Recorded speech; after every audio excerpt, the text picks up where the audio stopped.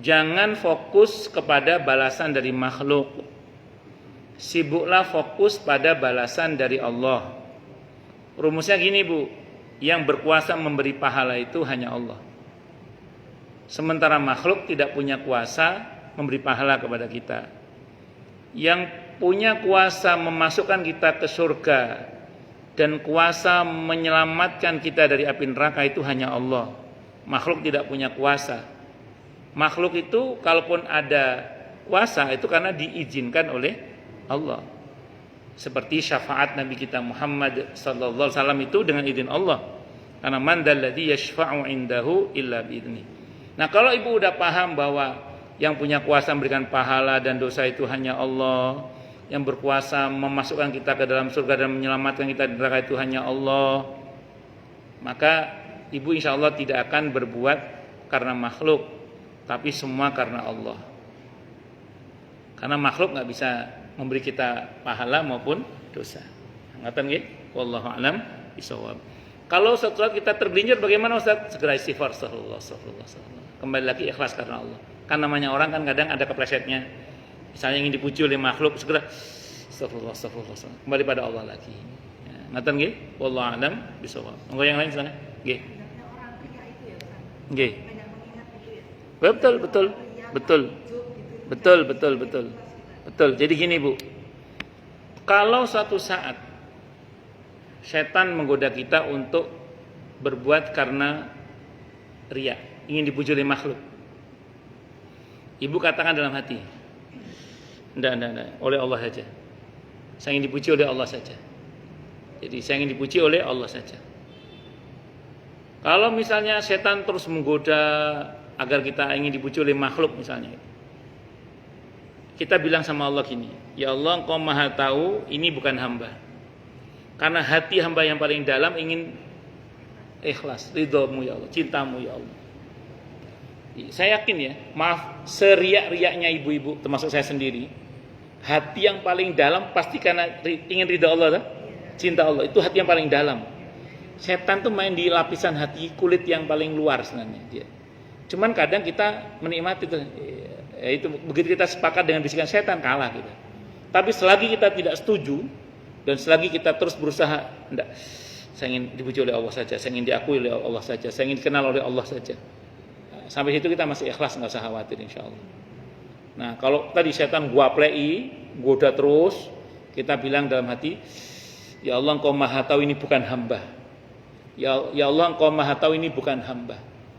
Karena Engkau Maha tahu hati hamba yang paling dalam itu semata-mata karena ingin ridhomu, cintamu ya Allah. Engkau Maha tahu ya Allah. Itu disampaikan ke Allah bukan karena Allah nggak tahu, Bu. Kita ngomong gitu kepada Allah karena itu bincang mesra kita dengan Allah. Jadi berdoa, munajat kepada Allah itu bukan kita memberitahu Allah karena Allah Maha tahu. Munajat kita kepada Allah itu merupakan bincang mesra kita dengan Allah. Ngaten nggih?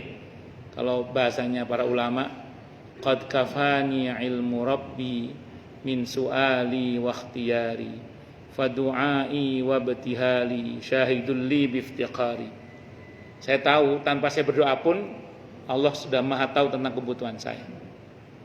Tapi saya sengaja tetap berdoa kepada Allah untuk menunjukkan betapa saya ini butuh kepada Allah. Ngaten nggih, Bu? Ngaten nggih Gus nggih? Allah alam. Nggih, monggo Ibu belakang dulu ya. Nggih. Nggih.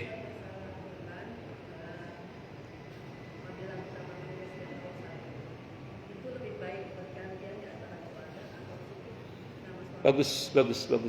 Dalam madhab Syafi'i yang saya pahami, satu kambing itu untuk satu orang, tapi pahalanya bisa untuk sekeluarga, namanya sunnah kifayah atau sunnah ainiyah kalau dia sebatang kara nggak punya keluarga. Dan atas nama siapa kambing itu? Atas nama yang mampu. Jadi yang mampu kepala keluarga misalnya, atas nama kepala keluarga. Nanti sekeluarga dapat bagian pahalanya. Nanti saya jelaskan pendekatan fikih itu dalam mazhab Syafi'i. Kalau yang mampu ibu, maka atas nama ibu. Nanti sekeluarga dapat bagian pahalanya. 2 orang mampu, keluarkan 2. Anak mampu 3 orang, bisa, boleh, silakan, tidak ada masalah. Dalam mazhab saya boleh, tidak ada masalah. Itu lebih baik lagi karena status kurban itu dalam tanda kutip hampir sama dengan sedekah, di mana bal yazdad lebih banyak lebih baik, lebih banyak lebih baik. Misal di keluarga ada 3 yang mampu, boleh 3 atas nama yang mampu itu. Nah, pertanyaan itu menarik. Kalau bergiliran bagaimana? Begini rumusnya dalam mazhab Syafi'i. Kalau ibu yang mampu, misalnya ibu yang mampu misalnya gitu ya, atau bapak yang mampu, kepala keluarga yang mampu. Tahun ini saya pingin kurban atas nama anak saya, misalnya gitu ya, karena saya kepala keluarga. Kalau dalam mazhab Syafi'i, saya harus izin ke anak saya. Mau nggak bapak mampukan kamu untuk kurban tahun ini atas nama kamu? Kalau anaknya bilang, enggak mau, enggak boleh, saya paksa. Kenapa? Karena harus izin dulu. Karena yang mampu saya. Yang mampu siapa? Saya. Anak saya enggak mampu. Yang mampu kan saya, misalnya gitu ya. Maka saya kalau mau memampukan harus ngomong dulu ke anak saya. Kalau anak saya bilang, oke ya. Ya wes, tahun ini kurban atas nama anak saya. Sekeluarga tetap dapat pahalanya. Bagaimana logika fikihnya? Begini Bu. Hukum kurban itu apa dalam mazhab Syafi'i? Sunnah muakkadah. Sunnah muakkadah dan kriterianya sunnah kifayah. Artinya dalam satu keluarga satu kurban sudah menggugurkan bukan wajib, menggugurkan kesunahan beban hukum sunnah muakkadah sekeluarga. Yang berarti secara hukum sekeluarga itu bebas dari hukum makruh. Karena lawannya sunnah apa? Makruh. Ibu tahu nggak apa definisinya makruh itu? Makruh itu dikerjakan tidak berdosa, ditinggalkan berpahala. Membebaskan keluarga dari makruh berarti membuat sekeluarga itu dapat pahala. Karena pengertian makruh adalah ditinggalkan dapat pahala. Makanya yang kurban tetap satu orang, tapi pahalanya bisa sekeluarga.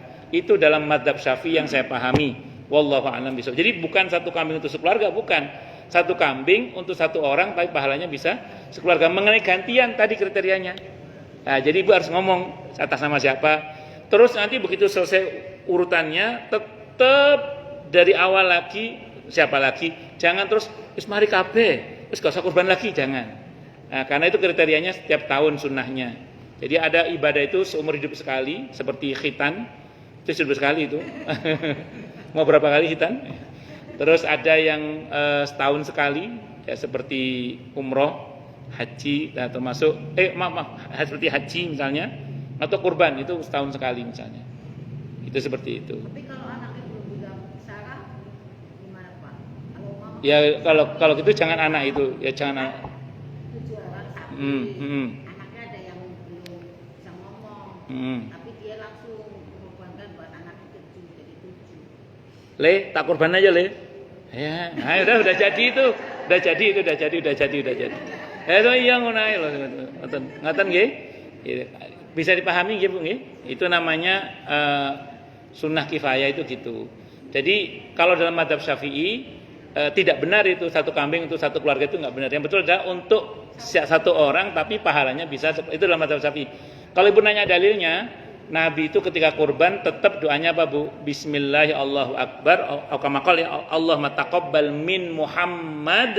Terus wa ali Muhammad. Tetap sebut nama beliau dulu yang kurban baru keluarganya dilibatkan. Itu seperti itu. Jadi bukan langsung ini kurban untuk keluarga Pak Partono misalnya gitu, enggak gitu.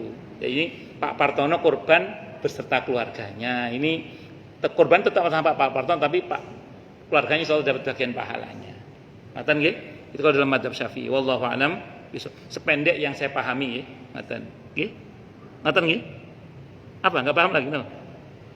Ibu sudah kan? Ibu sampun kan? Oh nggih, sampun nggih. Takutnya enggak paham lagi gitu. Napa?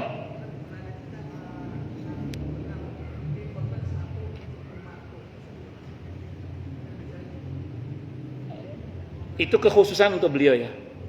Kekhususan untuk beliau. Jadi khusus untuk beliau boleh. Kalau tidak berlaku umum itu. Yang beliau kurban atas nama beliau dan umat beliau. Itu pun ada mata untuk fuqara masakin yang tidak mampu. Bu, ini sudah mau zuhur. Saya mohon maaf saya lupa. Enggak dulu ya karena mau zuhur. Kita tutup dengan hamdalah. Alhamdulillahirabbil alamin. Semoga kajian kita bisa bermanfaat mubarakah fi dini wa dunya wal akhirah untuk kita, keluarga kita dan seluruh umat Islam semuanya.